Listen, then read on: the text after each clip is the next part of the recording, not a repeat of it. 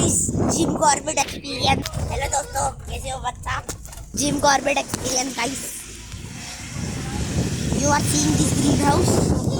अरे सॉरी यार, मैं इंग्लिश छाड़ दी। जिम कॉर्बेट का ब्लॉग है गाइस। वो देखो नीचे कितने सारे पेड़ हैं। मैं थोड़े बहुत एनिमल्स दिखाता हूँ। देखो नीचे डियर दिखा। यो बढ़िया मजा आ रहा है। पीछे देखो कितना खतरनाक व्यू आ रहा है। चलो पीछे का व्यू दिखाओ। ये देखो पीछे का व्यू बेकार है। ये देखो जंगल। ये देखो गाइस, कौवे बचाने के लिए खेतों में क्या क्या लगाया बड़ा। ये टेंट हाउस बना हुआ था एक।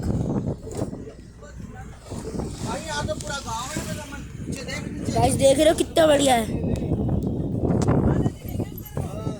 आज के लिए इतना ही।